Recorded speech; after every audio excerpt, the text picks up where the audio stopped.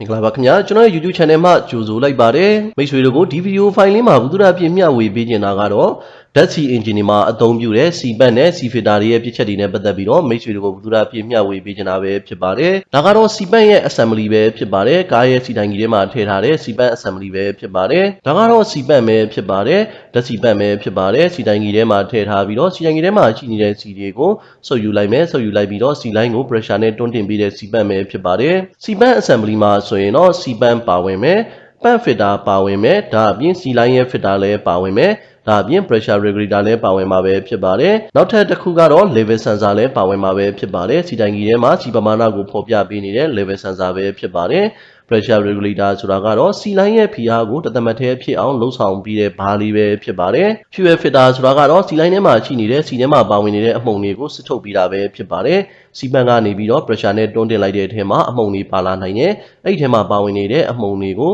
fuel filter ကနေပြီးတော့စစ်ပေးလိုက်တာပဲဖြစ်ပါတယ် fuel pump filter ကတော့စီပန်ကိုမရောက်ခင်တိုင်ကြီးထဲမှာရှိနေတဲ့အမှုန်တွေကိုအရင်ဆုံးစစ်ပေးတာပဲဖြစ်ပါတယ် filter တည်တည်လေးပဲဖြစ်ပါတယ်နံပါတ်1ကတော့စီပန်ပဲဖြစ်ပါတယ်စီပန်ဆိုတာကတော့စီတိုင်ကြီးထဲမှာရှိနေတဲ့စီတွေကို pressure နဲ့တွန်းတင်ပေးတာပဲဖြစ်ပါတယ်ဒါဆိုရင်စီပန်ရဲ့ပုံစံလေးကိုလေ့လာကြည့်ကြရအောင်ဒါကတော့ fuel pump ပဲဖြစ်ပါတယ်ဒီနေရာကတော့ level sensor ပဲဖြစ်ပါတယ်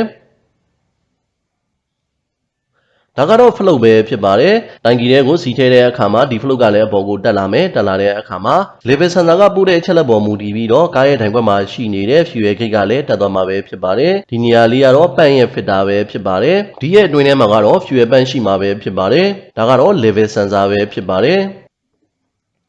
level sensor ကလည်း position sensor ပဲဖြစ်ပါတယ်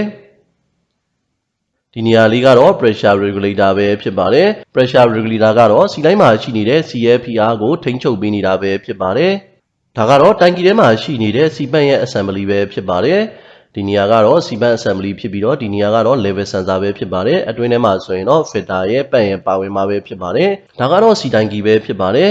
စီရဲ့ပမာဏကိုတိုင်ကြီးထဲကိုထည့်လိုက်တဲ့အခါမှာများသွားရင် flow လေးကပေါ်လာမှာပဲဖြစ်ပါတယ်ဒါကတော့ fuel pump ပဲဖြစ်ပါတယ်ဒီနေရာကတော့ filter ပဲဖြစ်ပါတယ်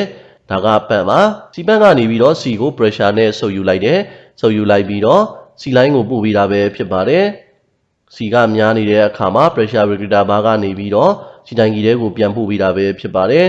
ဒါကတော့စီပန့်ရဲ့အလုပ်လုပ်နေတဲ့ပုံစံပဲဖြစ်ပါတယ်တကယ်လို့စီပန့်မှာပြစ်ချက်ရှိနေတဲ့အခါမှာအင်ဂျင်နှိုးမရတဲ့ပြဿနာတွေစက်တက်ရှည်တဲ့ပြဿနာတွေနှိုးရခက်ခဲတဲ့ပြဿနာတွေကိုကြုံတွေ့စေနိုင်တာပဲဖြစ်ပါတယ်ဒါအပြင်အင်ဂျင်တုံခါတဲ့ပြဿနာတွေကိုလည်းကြုံတွေ့စေနိုင်တာပဲဖြစ်ပါတယ်စီပန်ကသတ်မှတ်ထားတဲ့ဖိအားကိုမရောက်တဲ့အခါမှာအင်ဂျင်တုံမှာပဲဖြစ်ပါတယ်ဒါအပြင်စီလိုင်းကိုသတ်မှတ်ထားတဲ့ pressure ကိုကောင်းကောင်းမတွန်းတင်ပေးနိုင်တဲ့အတွက်ကိုလီဗာနင်းမရတဲ့ပြဿနာတွေကားကြော်တက်တဲ့အခါမှာအရှိန်တင်မရတဲ့ပြဿနာတွေကိုကြုံတွေ့စေနိုင်တာပဲဖြစ်ပါတယ်ဒါအပြင်မောင်းနေနဲ့ဆက်ထိုးရတဲ့ပြဿနာကိုလည်းကြုံတွေ့စေနိုင်တာပဲဖြစ်ပါတယ်နံပါတ်5အနေနဲ့ကတော့တွန်းဆုပ်ဖြစ်တဲ့ပြဿနာကိုလည်းကြုံတွေ့စေနိုင်တာပဲဖြစ်ပါတယ်ဒါကတော့စီပန့်နေစီဖစ်တာတွေမှာပြစ်ချက်ရှိတဲ့အခါမှာဒီလိုပုံစံမျိုးပြဿနာတွေကိုကြုံတွေ့စေနိုင်တာပဲဖြစ်ပါတယ်လောင်စာစီပန့်ရဲ့ PR ကဓာတ်ဆီအင်ဂျင်တွေအတွက်ဆိုရင်တော့40ကနေပြီးတော့80 psi ကြားရှိနေရမှာပဲဖြစ်ပါတယ်စီပန့်ရဲ့ pressure ကိုလည်း pressure gauge တွေနဲ့စမ်းသပ်စစ်ဆေးလို့ရမှာပဲဖြစ်ပါတယ်ဒါကတော့စီပန့်ပျက်စီးစေနိုင်တဲ့ပြစ်ချက်တွေပဲဖြစ်ပါတယ်ရေသွင်းနေတဲ့လောင်စာစီကိုအသုံးပြုတာလောင်စာစီကုန်အောင်မောင်းနှင်တာ